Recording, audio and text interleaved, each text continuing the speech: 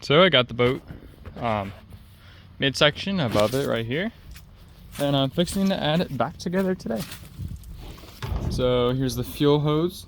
That stuff is like $6 per foot. Got 8 foot of it. And I got the breather line, and then I got like the live well intake. Got the drain. I upgraded it to a bigger drain, and then I'm using a bigger hose. So I decided to use that since it's pool grade, so it's already used to being around harsh chemicals. So the salt shouldn't be that much of a problem. I mean, I might update in the future how that goes, but I believe that will work very well. Here's the other side. This is just spare hose that I had lying around. So basically the steps for this is I'm gonna take some liquid nails, put it on all of the pieces that would touch. Any rub points, anywhere where I think could be a problem, or while that touches. And then I'm gonna lower it almost down, and then I'm going to figure out where I want the deck drains, drill those holes, put the fittings through, attach the fittings, and then lower it all the way down. From that point, it will be touching the liquid nails. So I'll try to do a time lapse of this, but there's no promising I'll be able to get another video. So right here, the stringer was too tall. Since this part right here was resting on it when it wasn't fully in place. So it needed to be lowered to that height right there. So I used the oscillating saw to get along the edges where you can't get with a jigsaw. And then I used a jigsaw to get down to the middle. And then the one problem is that's right where the screws are. So that does create a little bit of problem. I'm gonna have to get the screws off. So this shows actually really good adhesion from the fiberglass. This one right here, since it's not as much of a structural one, it's just one layer for waterproofing and everything. So it adhered very well. It looks very good. I mean, there you got a decent amount of thickness, but it looks really good. So I'm cutting that down. That was the only thing that was keeping it from blowing all the way, except for one piece in the back, which is easy to remove. So there I got the foam in the gas tank, or surrounding the gas tank to support it. Well, I'll just keep working along. It's coming along pretty good. So another spot I was hitting was right there. So it was kind of like half an inch off, but too much to really like move. So I'm gonna cut that off the jigsaw, and then that should work it. And there's the section that I already cut off the jigsaw.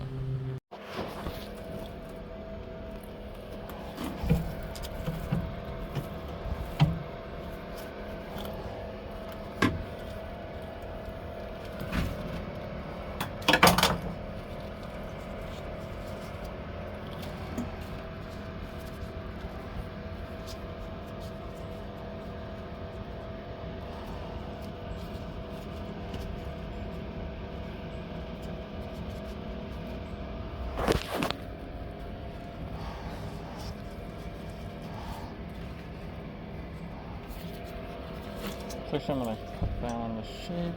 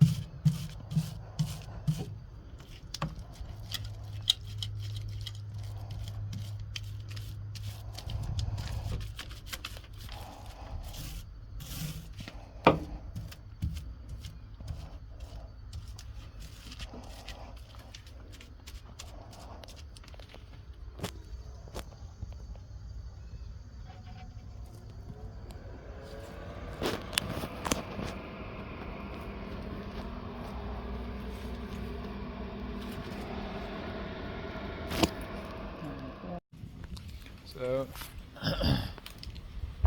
the one problem I was having earlier, one of the problems I was having earlier, is that this ridge was sitting like 1.5, 2 inches above where it was supposed to be. So it turned out that it was just one of the stringers that had to be cut down a little bit. I had previously cut it down in the past, well, a day before, trying to get it to work, and I did not think that one was a problem anymore, so I kind of ignored that one, and it turned out it was that one the whole time. So there are other stringers that I had to cut down a little bit, which probably could have been avoided if I had cut that one down further.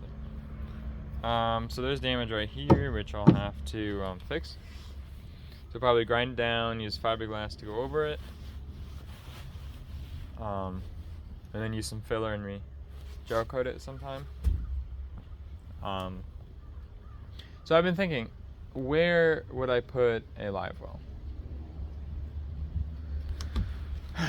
I've been thinking through this.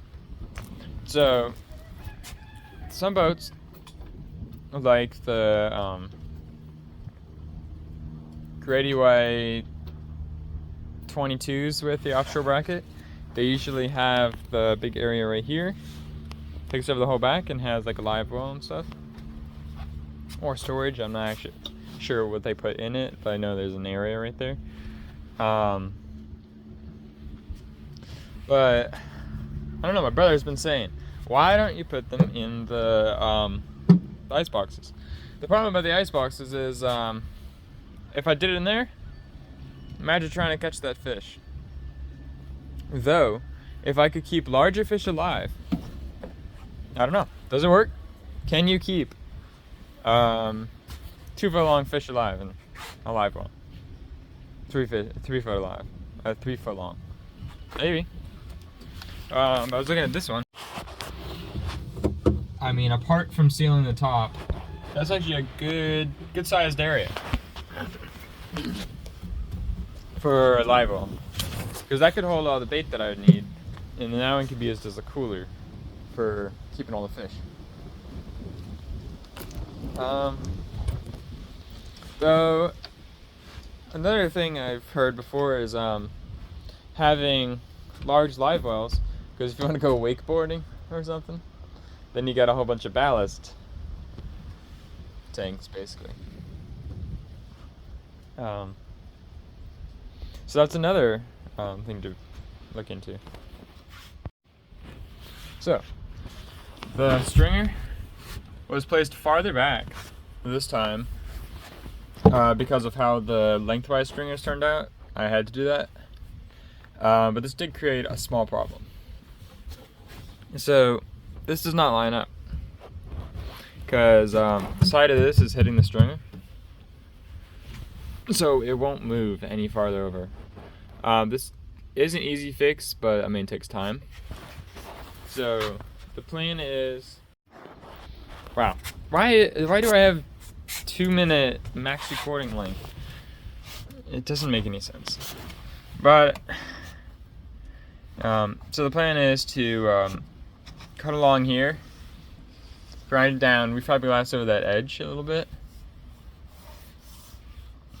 and then I'll debate either taking the material from this side, putting it on the other side, or I'll probably just take the material from this side to the other side. And then all these cracks, so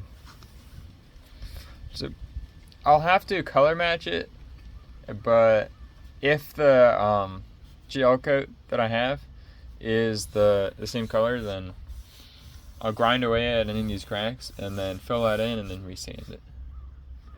It goes along with most of the areas on this boat. So if I'm not having a live well in the back, then I would like to have this large hatch right here for like a bilge access.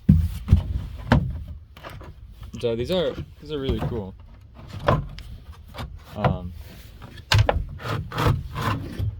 Definitely get a lot more access than the little hole right there. And I don't know, I've used these before as live well lids, and they're very strong. They seal pretty nicely, And I mean, they're also very grippy on top, and they don't stick out that far. But so my thought is that I'd put one in the back here. However, I don't want to install it until it's very frustrating. My phone keeps on just stopping recording and not telling me anything. Okay, how do I get that? So there's previously deck drains, which would go off the side of the boat. Though I'm wondering how much water would actually like come out of these drains. Because let's say you got the wall starting from right here up. Wouldn't the water be in the back of the boat? Like the boats are normally like slightly slanted to the back. So wouldn't the water be like at this hole? Maybe? Which, like, I don't even remember what those are for. I've been debating constantly whether I should just fiberglass over those.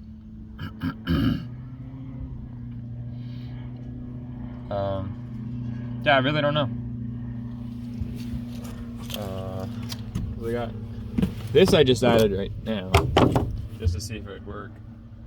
But if that's sticking up and the water's, I don't know, would it drain the water or not?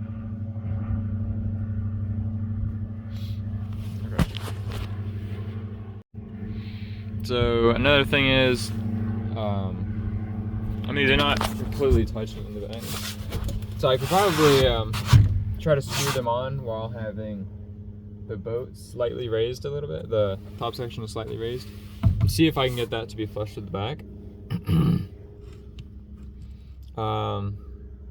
That would be nice, because that might actually get rid of the problem. That might actually get rid of one of my other problems. I'm gonna have to try that actually. So if I get it back another inch, not an inch, half an inch, that right there, that's like 3/4. It's gonna be close, so I'm gonna have to try that in a minute. So anywhere where it's touching, like right here, it rests on it very heavily. I'm just spreading it out.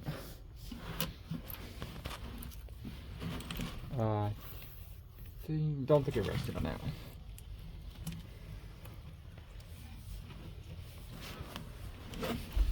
And then anywhere it rubs on the side, that's also a good spot.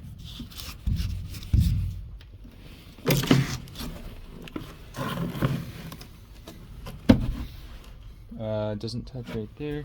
Touches up in the front.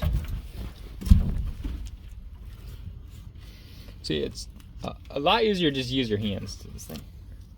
Just make sure you have gloves on, otherwise this stuff's gonna be a pain to get off. Like off your hands. Let's see.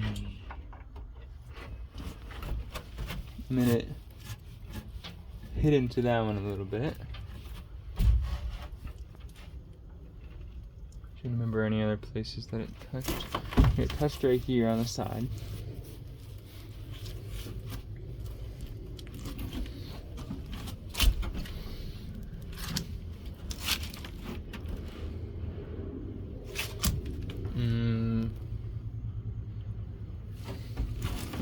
Some areas in the back it heavily touched.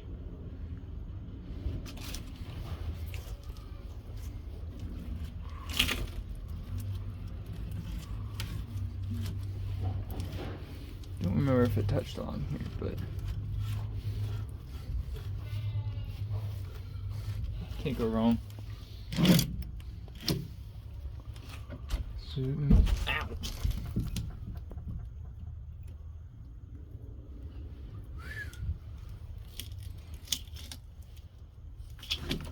Alright, I'm just gonna do the back.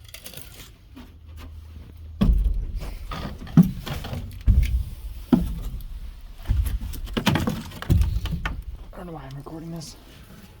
I mean, it's literally just putting it where it needs to be.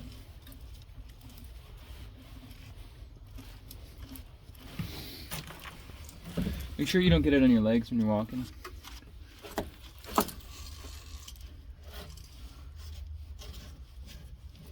get on your legs. You can get it off in the shower, but it's kind of nasty. It's all over the place. You want to clean the shower too.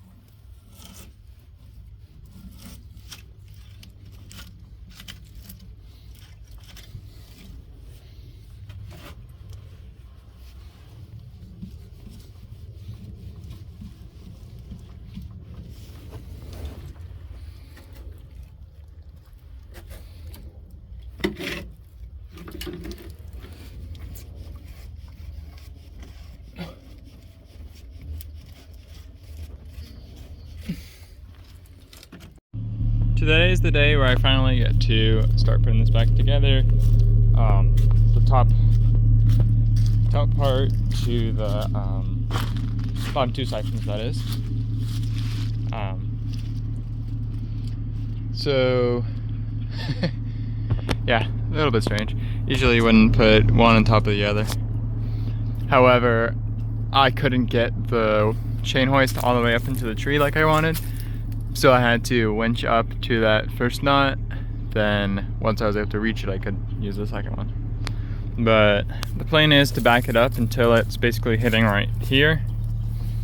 And once it's hitting right there, I'll lift it up in the back. There's not that much force. I mean, I can lift it. It's probably like 100, 150. It's not that bad. Yeah, so just doing it. So I have used Bondo as kind of a gap sealer before I what is it called? Before I gel coat it. So it's like a smooth surface and it's easy to work with. I just want to put it back together at this point because I really don't know what exactly it's gonna be like. I can't remember what sections are actually visible from the cabin, so I don't know which parts I'm actually supposed to do the gel coat. So I'm gonna put that together, and then I'll probably have to leave her work at that point. So yeah, I'm just gonna put it together.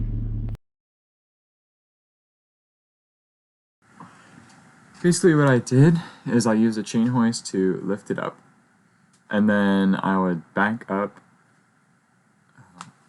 so that I was directly under it, and then I would try to slowly let it down as I line it up, making sure that it goes where it's supposed to. For example, one time in this video, I let it down, but it's 1 inch too far forward.